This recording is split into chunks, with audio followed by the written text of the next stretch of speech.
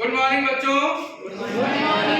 बच्चों आज की क्लास में आपको समांतर चतुर्भुज से संबंधित एक प्रमेय है बहुत महत्वपूर्ण, जिसका नाम है मिड पॉइंट थ्योरम, मध्य बिंदु प्रमेय। इस प्रमेय को आपको समझाना है और इसको ध्यान से आपको समझना है।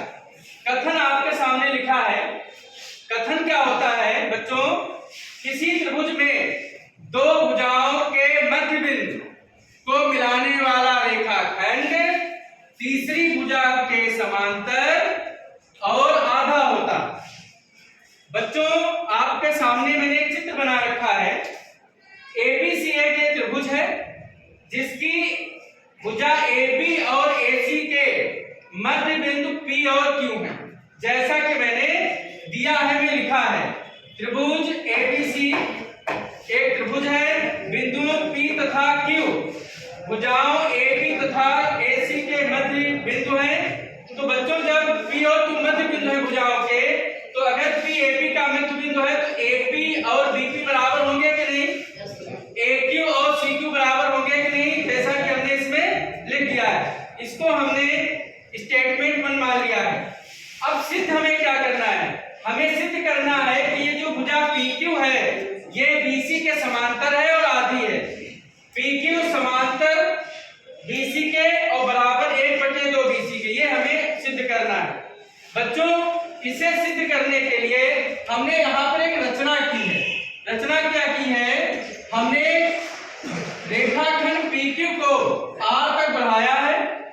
उसके बाद BP या हम कह लें BA के समांतर हमने CD एक रेखा खींची है जो इस बनी हुई भुजा को बिंदु D पर काटता है। इसी कथन को मैंने रचना में लिखा दिया है। ठीक है, इसको अच्छी प्रकार से आप लोग नोट कर लेंगे। अब बच्चों हमें इसको सिद्ध करना है। तो सिद्ध करने के लिए हमने ये दो त्रिभुज ले लिए हैं। पहला त्रिभुज आपका APQ, दूसरा DCQ। इन दोनों त्रिभुजों में हम सबसे पहले सर्वांग दिखाएंगे, क्योंकि हमें PQ को समांतर सिद्ध करना है। इसके लिए हमें ये रेखा इसको समांतर सिद्ध करने के लिए सबसे पहले हम इन दोनों त्रिभुज को लेंगे। देखो बच्चों आपके दिमाग में आ रहा होगा कि हम ये रचना कैसे जानेंगे। देखिए जो प्रमेय होती है उन प्रमेय को कैसे सिद्ध करना है उसका एक दो बार अभ्यास हम कर लेते हैं, क्योंकि उन प्रमेय को सिद्ध करने का एक जो है सिस्टमैटिक प्रॉपर एक रूल होता है, उसी के हिसाब से हम चलते हैं। तो ये रचना आपको ध्यान रखनी पड़ेगी। तो अब देखिए इसमें है क्या, हम इनको समांतर कैसे सिद्ध करेंगे। बच्चों ये भुजा इसके समांतर है, BA CD के समांतर है, तो इन दोनों की AC रेखा प्रतिच्छेदी रेखा कहलाएगी। इसलिए ये वाला जो कोण है, कोण आपका PAQ, ये बराबर होगा DCQ के। ये दोनों एकांतर कोण होंगे, ये दोनों क्या होंगे? एकांतर कोण होंगे। और AQ जो है ये CQ के बराबर होगा, क्योंकि Q जो बिंदु है ये AC का मध्य बिंदु है। AC का क्या है? मध्य बिंदु है। तो ये भुजा इसके बराबर हो गई। और ये दोनों जो कोण है ये सीसा गुणक कोण होंगे। क्या होंगे? सीसा गुणक कोण होंगे। तो आपका कोण भुजा कोण, दो कोण एक भुजा से दोनों त्रिभुज क्या होंगे बच्चों? समांतर। यही चीज मैंने यहाँ पर उत्पत्ति में लिखी है। क्या लिखी है? कोण PAQ बराबर QCD, ये एकांतर कोण है। AQ बराबर QC, ये आपका दिया है। AQP बराबर CQD, ये वर्टिकली अपोजिट एंगल सीसा विमुख कोण है। इससे ये दोनों त्रिभुज बच्चों क्या हो जाएंगे? सर्वांग हो जाएंगे। इतना नोट कर लीजिए। उसके बाद तो बच्चों अब देखिए कोण भुजा कोण से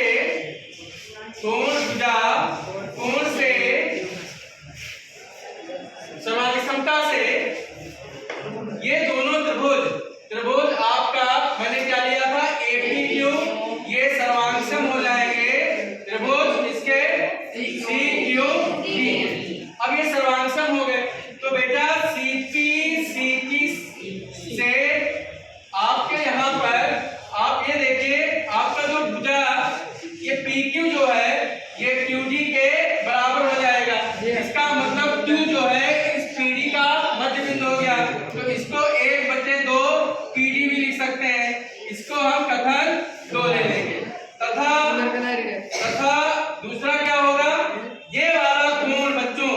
इस कोण के क्या हो जाएगा, बराबर हो जाएगा। सिंपलिसिटी से कोण APQ बराबर होगा कोण CD, क्योंकि ये आपका कथन हो गया 30। अब देखिए बच्चों, अब इसमें देखेंगे कि जो आप अगर ये कोण इस कोण के बराबर आ गया, इसका मतलब ये जो भुजा आपकी जो है,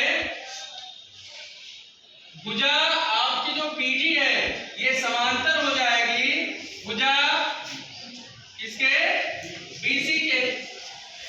बात समझे कि नहीं? Yes sir. अब देखिए जो PD है इसका जो है सेगमेंट, क्योंकि ये जो आपका PD और BC की ये भुजा हो गई, ये इसके समांतर है और ये एकांतर, ये कोण आपस में बराबर हो गए। जब एकांतर कोण बराबर हो गए तो ये भुजा इसके क्या हो जाएगी बच्चों, समांतर हो जाएगी। इसका मतलब जो PQ है ये आपका क्या गया, समांतर आ गया किसके, BC के। तो पहला पार्ट इसका हमें प्रूफ हो गया, पहला पार्ट प्रूफ हो गया। चलो अब देखिए बच्चों, अब हम चतुर्भुज लेंगे। चतुर्भुज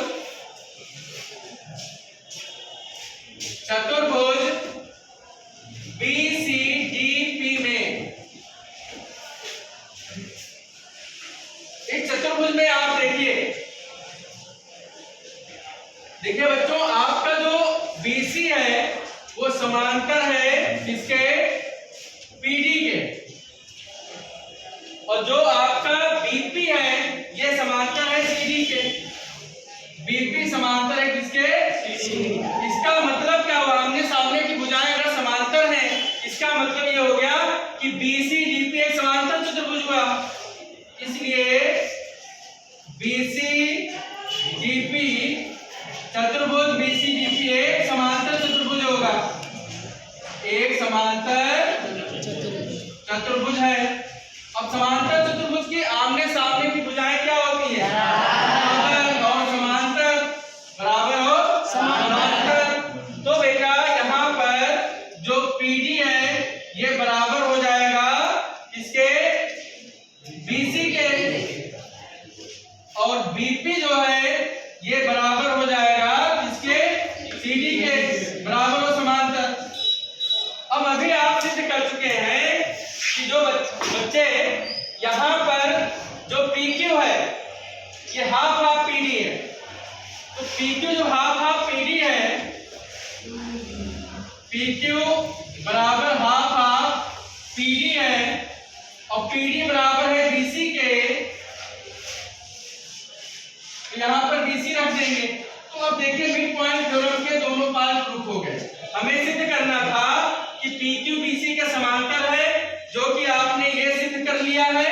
दूसरा आपको सिद्ध करना था कि PQ जो है BC का हाफ है, वो आपने सिद्ध कर लिया। इस प्रकार से मिड पॉइंट थ्योरम का उत्पत्ति पूर्ण होता है।